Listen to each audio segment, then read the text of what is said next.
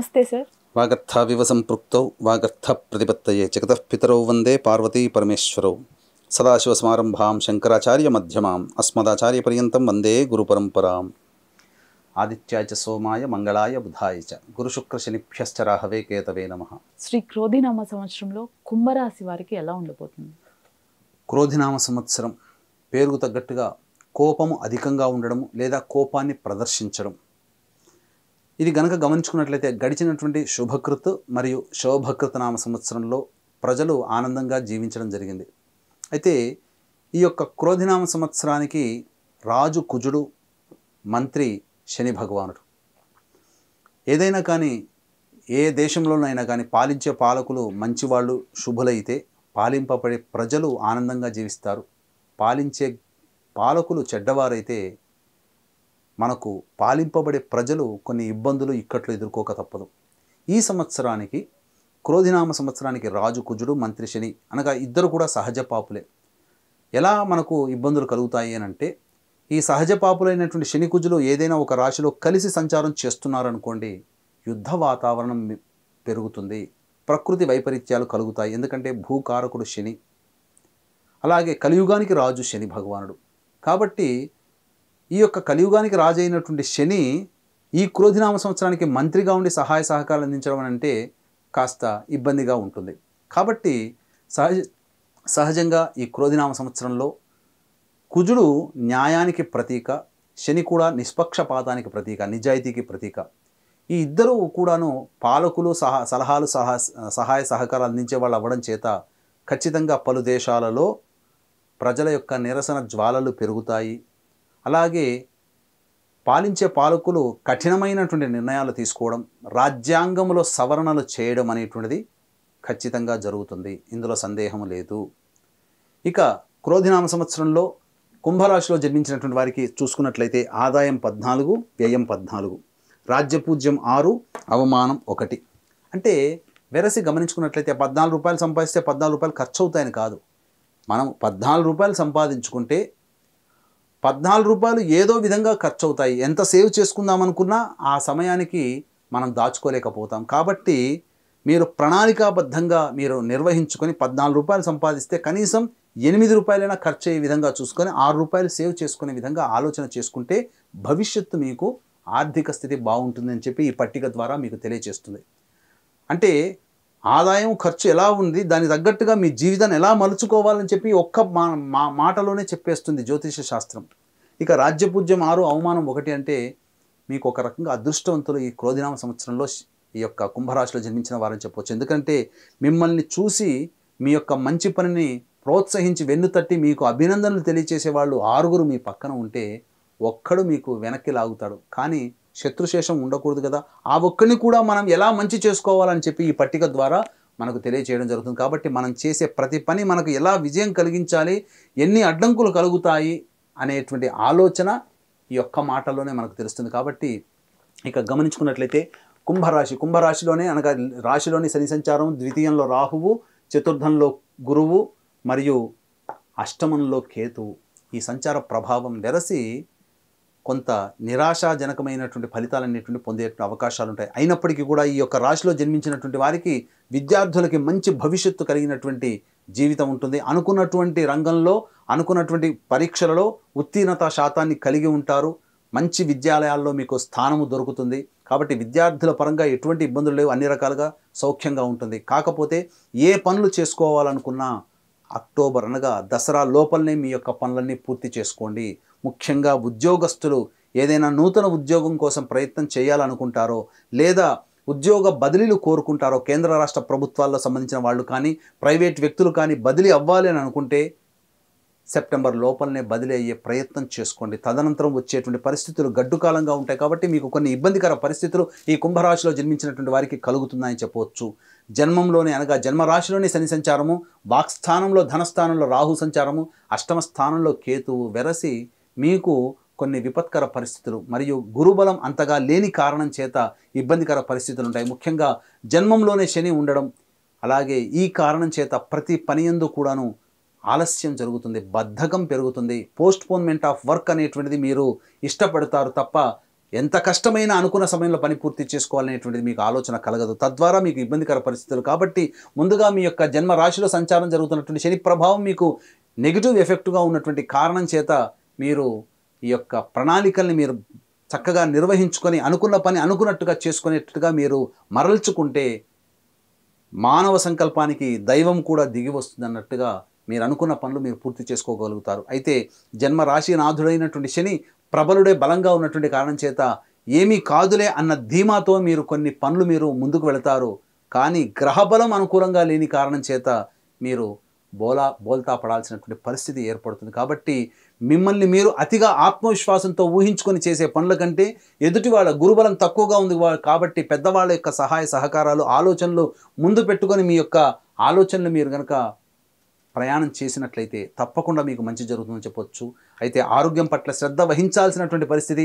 అష్టమ స్థానంలో కేతు సంచారం అనూహ్యంగా మీకు ఇబ్బందికర పరిస్థితులు తలెత్తుతాయి. అంతా బాగుంటుంది అనుకుంటారు, నిద్రపోతారు, పొద్దున్నే లేచేసరికి తలకాయ నొప్పి కాలు నొప్పి అని అనుకుంటూ బాధపడాల్సినటువంటి పరిస్థితి వస్తుంది.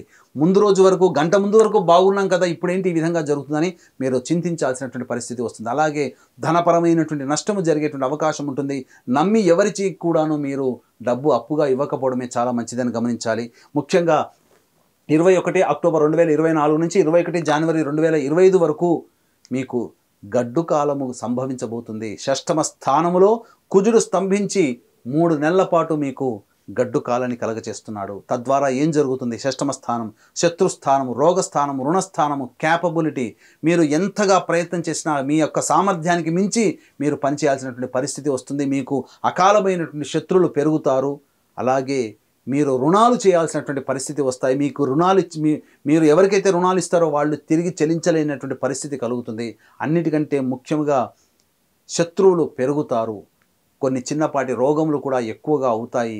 ఏ పని యందు కూడాను మీకు కలిసి రాకపోవడం అనేటువంటిది 21 అక్టోబర్ నుంచి జరుగుతుంది. కాబట్టి అక్టోబర్ అనగా దసరా లోపలనే మీరు అన్ని ప్రయత్నాలన్నీ కూడాను పూర్తి చేసుకునే ప్రయత్నం చేసుకుంటే మంచి జరుగుతుందని చెప్పవచ్చు. అలాగే జన్మ రాశినాథుడైనటువంటి శని మౌఢ్యమి పొందడం 23 ఫిబ్రవరి 2025 నుంచి 29 మార్చి 2025 వరకు శని బలహీనుడై ఉంటాడు. ఈ కారణం చేత మీలో ఆత్మవిశ్వాసం తగ్గి మీరు ఏ పని చేయలేము, నా వల్ల ఏది కాదు అనేటువంటి ఆలోచనతో మీరు ఏ పని చేయకుండా ఉండడం, తద్వారా మీకు నష్టమే జరుగుతుంది తప్ప లాభం జరగదు. అన్నిటికంటే ముఖ్యంగా రాశినాథుడైనటువంటి శని బలహీనుడైనటువంటి కారణం చేత మిగతా గ్రహాల యొక్క ప్రభావం ఎక్కువగా ఉండడం చేత మిమ్మల్ని నమ్ముకున్న వ్యక్తులని నట్టేట ముంచే అవకాశాలు ఎక్కువగా ఉంటాయి. కాబట్టి మీరందరూ కూడా మీ యొక్క కుటుంబానికి మీరు ఒక పెద్ద దిక్కుగా భరోసాగా ఉండాలి అని అంటే మీరు అక్టోబర్ నుంచి మార్చి వరకు కూడా తీసుకునే నిర్ణయాలు చాలా జాగ్రత్తగా తీసుకోండి. ఏ విధమైనటువంటి పెట్టుబడులు చేసుకున్నా మంచి జరగదు. అలాగే రియల్ ఎస్టేట్ రంగంలో ఉన్నటువంటి వారికి ఆగస్ట్ లోపలనే, సెప్టెంబర్ లోపలనే మీకు మంచి జరుగుతుంది. సెప్టెంబర్ తర్వాత తీసుకునేటువంటి రియల్ ఎస్టేట్ వ్యాపారాలన్నీ కూడాను ఇబ్బందికర పరిస్థితులు ఎదురవుతాయి. ఎదుటి వాడికి నమ్మించినటువంటి డబ్బు మీకు అనుకూలంగా మళ్ళీ ఎప్పటికీ తిరిగి రాకుండా ఉంటుంది. కాబట్టి అక్టోబర్ నుంచి మీరు పెట్టుబడులు పెట్టకపోవడమే చాలా మంచిదని గమనించవచ్చు. ఈ యొక్క కుంభరాశిలో జన్మించినటువంటి కళారంగంలో ఉన్నటువంటి వారు అనగా టీవీ రంగము, electronic and printing media, cinema రంగంలో ఉన్నటువంటి వారికి ఆశాజనకమైనటువంటి ఫలితాలు కలుగుతాయి, మంచి జీవితాలు కలుగుతాయి. కాకపోతే అక్టోబర్ నుంచి కొంత ప్రాజెక్ట్స్ అన్నీ కూడాను మందకొడిగా సాగడం, తద్వారా మీకు చికాకు పెరిగేటువంటి అవకాశం, ఎక్కువగా ఖాళీ సమయంలో ఇంట్లో ఉండాల్సినటువంటి పరిస్థితి కలుగుతుంది. ఈ యొక్క కుంభరాశిలో జన్మించినటువంటి వారికి రెస్టారెంట్ వ్యాపారస్తులకి, బంగారు వెండి వ్యాపారస్తులకి, విద్యాలయ సంస్థలలో ఉన్నటువంటి వాళ్ళు, విద్యా వ్యాపార సంస్థల్లో ఉన్నటువంటి వాళ్ళు, అలాగే restaurant business, boarding and lodging బిజినెస్లో ఉన్నవాళ్ళు, ఎఫ్ఎంసీజీ రంగము మరియు జనరల్ స్టోర్, హోటల్ రంగంలో ఉన్నటువంటి వారికి అంత ఆశాజనకంగా ఉండదు. కాబట్టి సామాన్యంగా సాగుతుంది. కాబట్టి ఎక్కువగా పెట్టుబడులు పెట్టి ఆశపడి ఎక్కువగా మీ యొక్క జీవితంలో డబ్బుని నష్టపోకుండా మీరు జాగ్రత్త పడడమే మేలని చెప్పొచ్చు. అయితే ప్రథమార్థంలో వేసినటువంటి పంటలు రైతులకి చాలా చక్కగా దిగుబడి కలిగిస్తాయి. కానీ దసరా తర్వాత వేసేటువంటి పంటలు మీకు అంతగా లాభసాటిగా ఉండవు. కాబట్టి మీరు దానికి అనుగుణంగా మీరు పంటకు వేయకపోవడమే మంచిదని చెప్పొచ్చు. అలాగే ఈ యొక్క కుంభరాశిలో జన్మించినటువంటి రాజకీయ నాయకులకి నిరాశ తప్పదు. మీరు ఎంత ప్రయత్నం చేసినా ప్రజల మన్నల్ని పొందలేకపోవడం, అలాగే నామినేటెడ్ పోస్టులకైనా మీరు ప్రయత్నించినా కానీ మీకు ఆ నామినేటెడ్ పోస్టులు కూడా రాకపోవడం, ఈ యొక్క రాజకీయ నాయకులు డబ్బును వెచ్చించి ఈసారి మీరు ప్రయత్నం చేయడం కంటే మిన్నకుండా ఉండడమే చాలా మంచిదని గమనించుకోవాలి. అలాగే ఈ రాశిలో జన్మించినటువంటి విద్యార్థులకి చక్కటి విద్య కలుగుతుంది. అలాగే ఈ యొక్క ఫైనాన్స్ రంగంలో ఉన్నటువంటి వారు మీకు రాని బాకీలు వసూలు చేసుకోవడం చాలా కష్టతరమైనటువంటిది సెప్టెంబర్ తర్వాత మాత్రమే. కాబట్టి ఏది ఏమైనప్పటికీ కూడా మీకు రావాల్సిన రాని బాకీలు ఏవైనా సెప్టెంబర్లోనే మీరు యొక్క రాశిలో జన్మించినటువంటి వారు వసూలు చేసుకోగలిగితే అదృష్టవంతులని చెప్పవచ్చు.